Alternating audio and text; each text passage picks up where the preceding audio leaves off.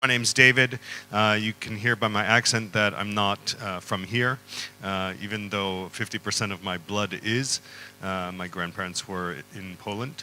I'm American by birth, by citizenship, but now I'm also French. I live in Paris for the past 17 years. So I've been doing recruitment for a long time. Started with Netscape, if some of you are old enough to remember.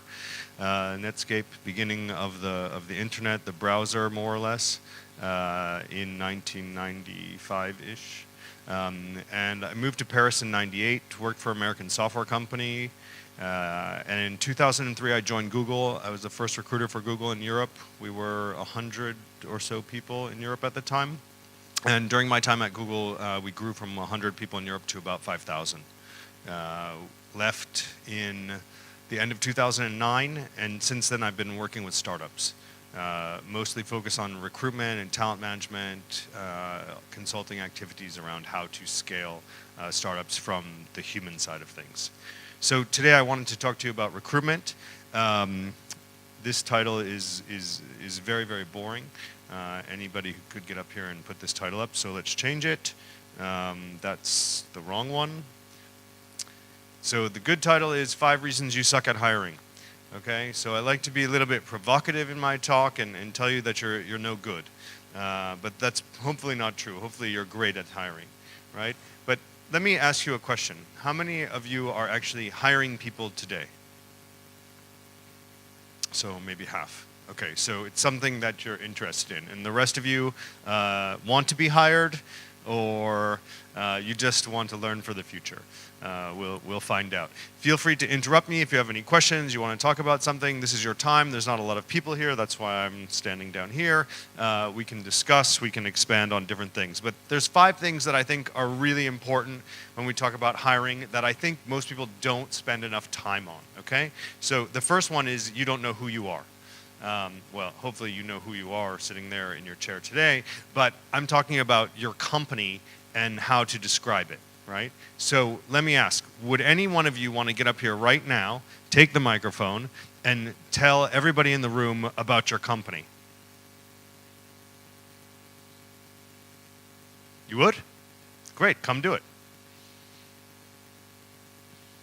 This guy, like, hats off to him. Nobody does this, okay? Hi, I represent YBanking. YBanking is a marketing tool for banks based on social networking platform.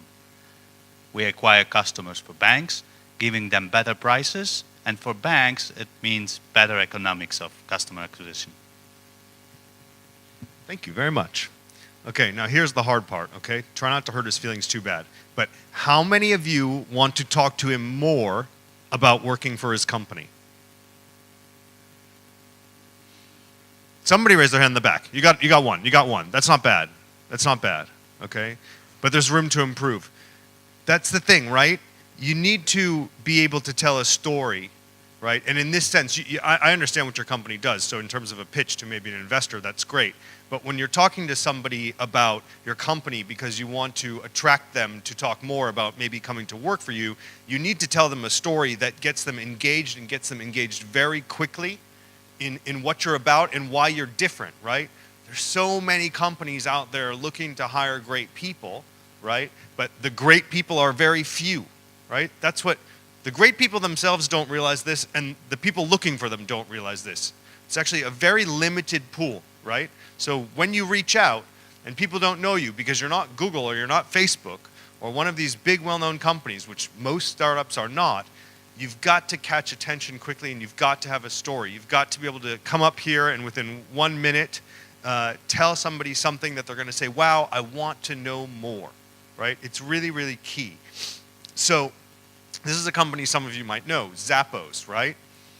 Most everyone knows that Zappos is famous for customer service, right? There's been article after article after article written about customer service at Zappos, right? So you know who they are. You know what they stand for. It's that type of thing, right? So that's what you need to think about when you're figuring out, how do I describe my company? How do I explain passionately what is our core, right? What do we believe in? Why are people working for us? Why does someone else want to work for us, right? I don't know if you've seen this picture before. It's one of my favorite pictures. It's a space at Google in Zurich, okay? And Google has all kinds of pictures. If you type Google office space on Google, of course, or something else, you'll find these crazy pictures of massage tables and beautiful environments, right? And, you know, that's attractive in a sense, right? It gets people to look, right? You say, oh, wow, that's cool. What is it? Where is it? I want to know more. But that's not really what it's about, right? I mean, sure, you can feel comfortable in there. That room is full during the picture. Usually it's not because people are busy working. It's not what it's about, right? To me, it's more about this, and some people might be offended by the picture, but I was in a startup in Krakow some time ago, and I had to go to the bathroom, and I walked in, and this is what I saw. And I started laughing hysterically. Other people in the room might think you're sick, but I thought it was very, very, very funny, right? And so I took a picture, and I came out, and I asked the guys, you know, what is going on here? And they're like, oh, we just thought it's funny. And you sense the culture of the company in instances like those, right? That these are a bunch of young people that are having a good time and want to have fun in the workplace, and this is a very, very small example of it, right?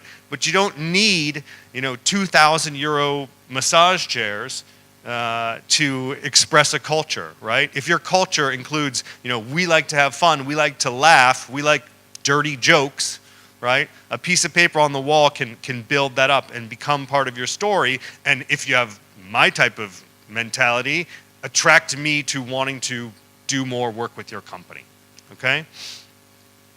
So you have to know who you are so you're able to express that to people, right? I have calls every week with potential clients, and the discussion is always, you know, tell me what you have to offer. And it's surprising how hard that is for people to do, right? It's something that you really need to spend a lot of time on. The second thing, you don't know what you want. So, you know, you come to me and you say, David, I need you to help me find a head of marketing, a CFO, a product manager, right? Okay, well, what does that person look like? Well, you know, they manage the product, they do the strategy, they manage the product. And these are the conversations. I mean, these are real conversations, right? And it's a big, big problem, right? I'll give you another example. We did some work with a startup, very small startup in Krakow, that wanted to hire a product manager, right? We worked with them for about a year. We probably presented about 20 different candidates. They never hired anyone. And they never hired anyone, not because the candidates weren't any good, but because every time they saw someone, they said, I think I want something a little bit different. I think I want something a little bit different. I think I want something a little bit different. But they could never actually figure out what exactly it was that they really wanted. And I'll tell you, after that experience, it's become kind of my number one criteria for engaging with clients and saying, we've got to figure out what you want. I don't mind doing some testing and some, you know, experimentation by having, you know, some meetings. But at a certain time, and hopefully not too long into the process, we've got to figure out what you really want. What do you want that person to do? What are your expectations? Job descriptions are boring, boring, boring, boring, right? When's the last time you've seen a really exciting job description that you've said, wow, you know, I'd like that job? Probably not for a long time, maybe never, right? But that's what you need to get to. You need to be able to have a piece of paper that people can look at and say, oh, wow, this is different. I can see what they want me to do. I can see what they expect of me. I can see what they want me to achieve, et cetera, et cetera, et cetera. Maybe we need some things to look at, right? I mean, everybody wants to hire this guy now, right? Because everybody wants to hire hipsters. Doesn't look like there's any in the room, thank God. But, you know, you don't want to hire the trend, okay? You don't want to hire the trend. You don't want to hire what's cool. You want to hire what you need, okay? And maybe people don't like this analogy, right? Because it's overused. People say, you know, I want to hire people who have climbed Mount Everest, which obviously is a very difficult challenge, right? But I'm very, very used to that expression, right? I mean, I heard it a lot at Google, right? And they did hire people who climbed Mount Everest, and they did hire people who won Olympic medals and so on and so forth. But they hired people who, one, had big, significant achievements at some point in their life, And another client that I'm working with today uses the same reference about, I want people who want to climb Everest. And his description, I think, is even more interesting. He says, you know, we're this startup, we're growing really fast, we've got huge ambition, we're very aggressive, we're very driven, we're very hungry. It's about people who are getting ready to climb Everest because it's about the journey. It's not being on top, it's how you have to prepare yourself and everything you do to get there. And I really, really like that. And obviously, there's a massive difference between a person with that type of mentality and someone without it. And it can make huge, huge differences for the type of people you hire. But most people instead say, we don't have a lot of money, we don't have a lot of time, so what we need is someone who can basically do marketing and sales and maybe a little PR, right? Or maybe back end, front end, and why not a little design too? Okay, that's what we call the universal monkey, right? I think it's a great name. Because do you really want the universal monkey? I mean, it could be fun over there in the cage. You feed him bananas, right? But that's not really who you want. Because that person's only going to be a little bit good at a lot of things, right? So you're never going to have great marketing. You're never going to have great sales. You're never going to have a great front end, right? But that's really what you want. So you have to figure out a way to prioritize and get this dude. Okay, do you know who that is? Anybody know what kind of animal that is? A bat? It's called a honey badger. So I should have looked up what that is in Polish, but if I did, I wouldn't be able to pronounce it anyway. It's called a honey badger. I highly recommend you look up the honey badger online and read about this animal. It's according to what I've read, the most intelligent and most fearless animal around, right? This is the type of guy who you can punch him in the face and knock him down, but he's going to get right back up and say, I'm going to try again. I'm going to get it this time. I'm going to win this time, right? Smart and fearless. I mean, this is the guy you want on your team, right? Because they're going to go the extra mile for you. They're going to go the distance. So what you have to do is figure out what that looks like for your team, for your company, okay? And finally, you know, when you figured out what it is that you want. This is a quote by a guy who I have a lot of respect for, was a former design director at IDEO, if you know the worldwide famous design consulting firm, and now is a general partner at Google Ventures. But once you know what you want, you've got to find the people, but you've got to figure out who they are and connect with them, right? You need to do that, right? You need to connect with these people. You should have a list and say, if I could hire people for this position or that position, or if I could hire anyone in general for my company, these are the people I would hire, right? You should have that list. You should have a list of 10 people and say, if there's anybody I could work with on any type of project, these are the people who I'd want to work with. So that when the time comes and you know what you want, you look at your list and you already have a starting point. 3, you're in a hurry. Okay, this is obvious. I didn't ask the question of how many people are startups. I'm just assuming we're at Startup Summit, so most people are, but maybe not. Because if you're in a big company, maybe you're not in a hurry. But at the startups, you're in a hurry because what happens is you raise the money and then you have to do the hiring. You can't do the hiring before you raise the money because you don't have any money. You raise the money, the investors say, hire, hire, hire, hire. You have to spend the money, right? But you haven't planned for any of that. So everything's urgent, you're very stressed out, and so you hire very fast. You put into a process, a recruitment process like this, right? Interview, yes, no, hire.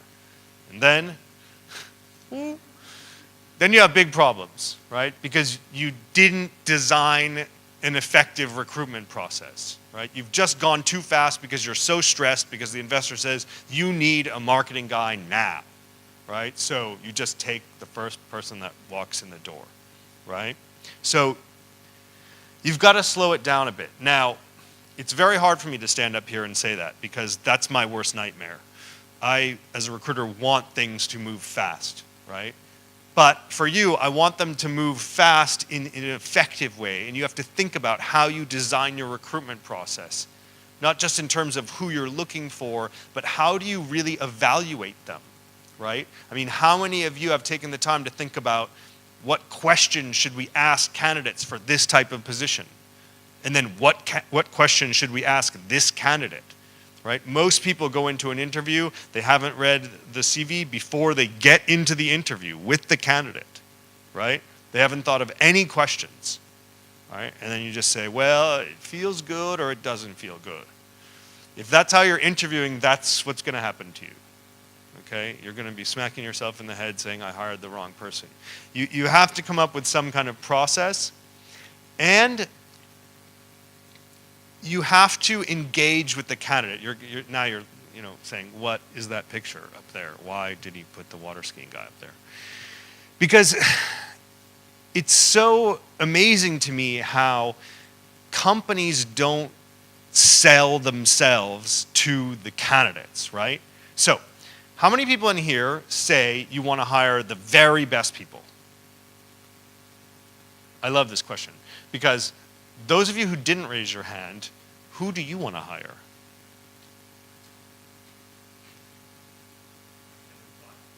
Okay. Yes, okay, fair enough. Fair enough. Okay, I accept your answer. I accept your answer. Now, if you think about these very best people, right, that everyone is going after, or lots of people are going after, they have lots of opportunities, right? They don't have just you as an opportunity. You want them to fall in love with you, right? I have many, many clients. I worked for Google for almost 7 years where we expected everyone to say, oh my God, I just want to be here. I just want to work for Google. I'll do anything, right?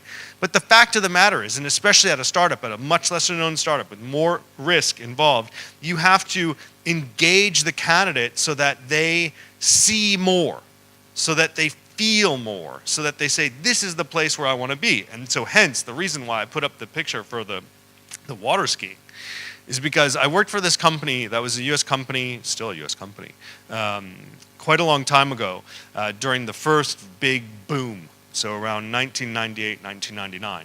And this company was based in Austin, Texas, right? So for those of you who have never been to Austin, Texas, you think Texas and you think, oh wow, that's already bad. And also it's even in the US, people don't understand that Austin, Texas is kind of a cool place. So this company is competing for candidates against other very exciting companies in Silicon Valley or in New York, right? And then they call and say, well, we're in Texas, and people think it's like sand and big hats and guns. Let's not talk about that. But, Austin was a different place. So they devised probably one of the most amazing recruitment processes and most expensive that I've ever been witness to.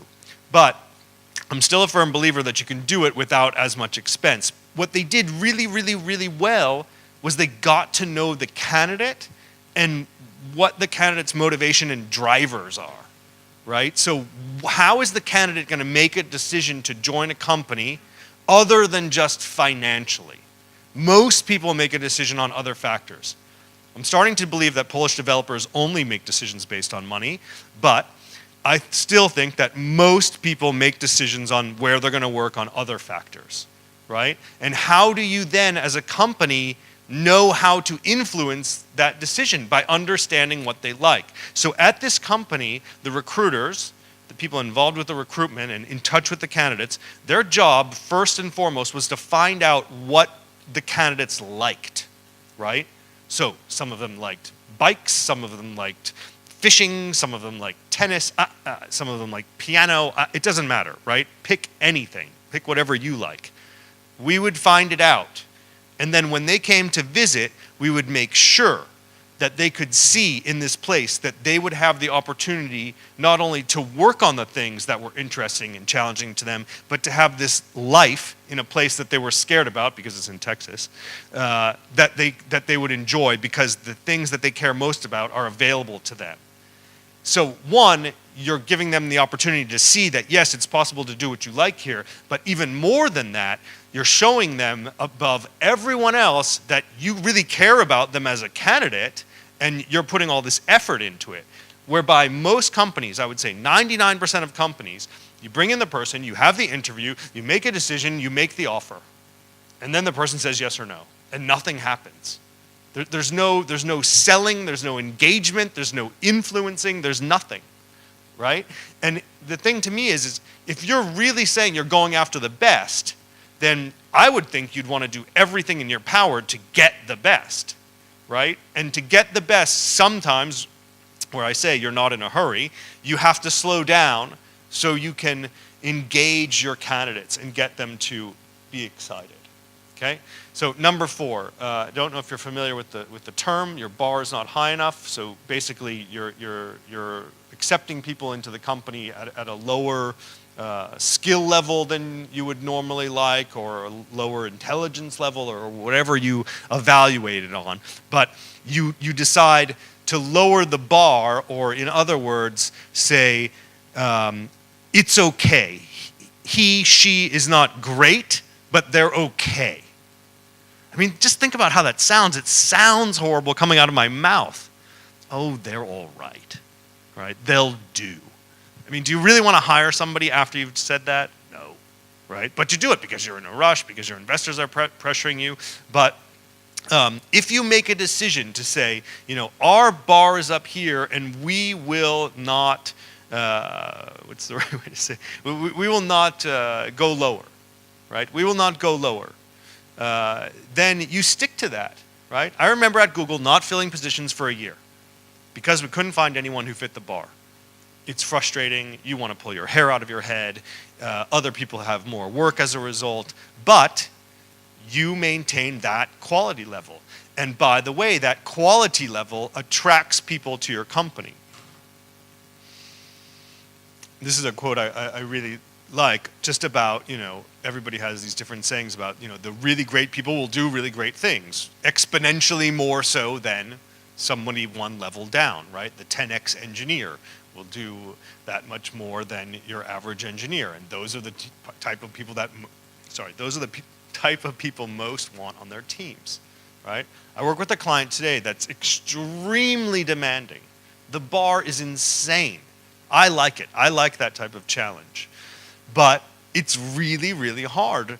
1, because finding these people is enormously challenging because there's a small, limited pool. 2, you're trying to attract them to an unknown entity. 3, they happen to be in Oslo, which is kind of like in Warsaw in a sense, right? Because, it's the same thing if I call somebody and say, hey, have you thought about relocating to Warsaw? Hey, have you thought about relocating to Oslo? The people don't think like that. If I call and say, hey, have you thought about Paris? They'll, oh, really? Well, a couple of weeks ago anyway. So the thing is, though, but the guy's like, no, these are the type of people that I want, right? And this is the type of person who's very into, where did you go to school? What kind of companies did you work at, right? All the top things. But I'll tell you something, when you stick to that, and then you look on a company like that, you look on a web page of a company like that, and you see the team, and you see the bios, it's pretty impressive, right? And you know what that does? It helps get other people. Because I can talk to every candidate and say, look, the first thing I'd suggest that you do if you're interested at all in this opportunity is go to the company website and look at the team and look at the bios and tell me you're not impressed, right?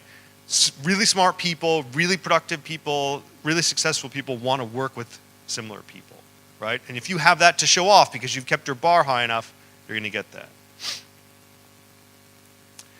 Testing, right?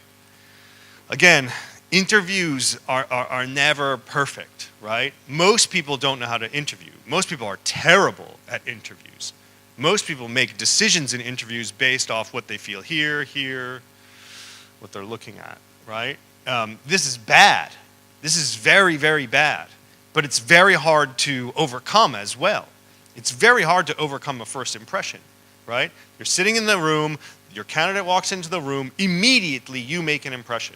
You can't stop that from happening. It's nature, right?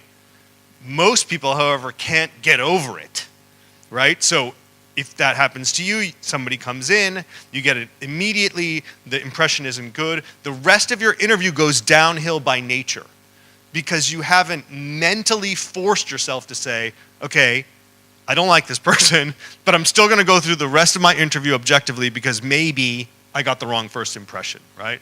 Very, very hard to do. And then all the questions, awesome, right? So this is where testing comes in. And companies have been using testing for years and years and years and years, and psychological tests and assessment tests and all these types of things, right? And for a long, long, long, long time, I hated it. I thought, this is crazy. I hate tests. I don't think they're proving a lot of stuff. But I'm starting to change my mind in a couple of different areas. And I think it's important to understand how this works. Testing for technical people, right? How many people are in here are technical developers? Anyone?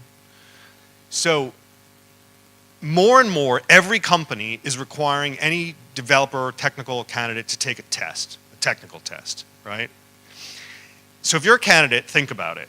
You are now mad as hell because anybody you talk to says, take this test, take this test, take this test. And you're like, no, another test, this is gonna kill me, right? And you don't like it. So to those of you using tests or thinking about tests, especially for developers, but it works for others as well, you have to explain to people why you're testing them, right? So be very careful listening to me saying, figure out a great way to evaluate people so you're hiring the right people. Don't walk out of the room and say, we've got to do tests, right? Think about maybe if you use tests, how you would implement them and what those tests would show you, right? Because you need to be able to explain to the candidate why you're testing them. I think that's number one most important. If you're going to give a test to somebody, tell them why you're doing it. Number two, when they do the test, show them the results. Maybe you think that's silly that I'm saying it, that's obvious, but it's not. Okay, a lot of companies don't show the results. I took the test, I want to see the results. Three, give them feedback about the results. And one of the things that we do with these technical tests for developers, which I think is brilliant, it's up to discussion, we give them feedback and say you can take it again and try to get a perfect score because we think that how they react to the feedback is a critical part of the evaluation. Because isn't that part of everybody's job anyway? You receive feedback and what you do with that feedback makes a difference on the output of your work. So it's a great tool and it's not just the test that matters. Same thing with non-technical positions. If you're administering tests, you have to be able to say to yourself why you're doing it, right? Why am I doing this test? Just to have a test? Just to tick a box? Or because it means something, right? My client in Oslo, the guy who has the crazy criteria, right? He does tests, maybe too many, but one of his tests that he does, I think, is brilliant. It's a values-based test, right? Why do I think it's brilliant? Because this company in particular, very small company, 25 people in Oslo, they've worked very, very, very hard on defining themselves and their values and their culture. Something that many small companies don't do, or if they do it much later in their evolution. They've spent a lot of time on it. They know what their values are and they're very, very important to them and they're very committed to them. So they administer a test about values to determine if the candidate is aligned with their values. If you've got that going on in your company, it's a huge advantage to you to bring in people that are aligned with your values. It can only make you better. So in that situation, it makes sense, and it's also easy to explain to a candidate why you want them to take that kind of test, right? It makes sense to them, and the candidate says, yeah, it makes sense. Last, I have like 10 minutes, right? Yeah. Hiring isn't your number one priority, okay? Which for most people, I don't think it is. For most people I work with, I don't think it is. Sometimes I say, well, it's a startup, because that's who I work with. And they have lots and lots of things to do. They're very, very busy. There's other priorities. It can't always be the number one priority. But I challenge you to debate with me that getting the best people on your team is not the most important thing, right? I mean, if you don't have the best people on your team, you're screwed, especially as a startup, right? I mean, I guess you've all read the articles, right? 1% idea, 99% execution. Most people agree with that in terms of if a startup will succeed, right? I mean, I read another article about that the other day. You know, and people think that Uber is this amazing idea, right? It wasn't the first one, right? Uber executed. Uber made it happen because they executed. And how did they execute? Because they have great people, right? So you have to kind of think about that in the sense of, do you want to build this great team and then put that priority on it? Because let me tell you something, it's not easy. right? I mean, this is really hard. Okay, here, this is a quote. I'm not going to read it. You can look at it if you want. It's Jim Collins. He's a famous business author. Basically, again, saying that, you know, besides everything else that you do in your business, the people are going to be the ones to make or break it. Okay? This is my favorite quote in the entrepreneurial environment by Reid Hoffman, founder of LinkedIn. He says that doing a startup is like jumping off a cliff and putting together an airplane on the way down, which basically is impossible. But that's what it is. I mean, this is just super hard, right? And it's super painful, right? It's hard to go out there and spend so much time talking to people and selling the company day after day after day after day, and trying to get people to talk to you, to be attracted, to want to come and talk to you and interview and spend time and think about joining your company. It's hard, hard, hard, hard work, especially if you want the really good people, right? But you have to make that choice. You have to make that decision, okay, if that's the way that you want to do it. So, I leave you with this slide, which again might offend some of you. Sorry. I love that it's being broadcast live. But there's a story behind this slide, of course. I was sitting on some kind of like web conference or WebEx or whatever you call it, webinar. This guy was talking about his product, a guy that I know. And at the same time, I was looking on Twitter, and I was looking at the CEO of the company on Twitter. And that was his background picture. And I said, wow, that's pretty crazy. I mean, you're a CEO of a startup. Maybe that's not the picture you want. And so, I mean, this is a kind of a unique kind of guy anyway. So I called him up and I said, Robert, you know, what are you doing? Why do you have that picture up there? And he said, listen, David, I've been talking to VCs for like 3 months about fundraising and talking to them and talking to them to talking to them, and this is how I feel. And I say, fair enough. And I say, that's how it feels sometimes in hiring people. You're just banging your head against the wall, saying, why can't I find the person that I want, right? And you end up feeling like that. But at the end of the day, you've got to do it, right? Because it's your dream and that's where you want to go and you want to build your business and you want it to be successful. So, I hope my 5 reasons that you suck at hiring have now helped you to become better at hiring. And I think we have a few minutes for questions. Thanks.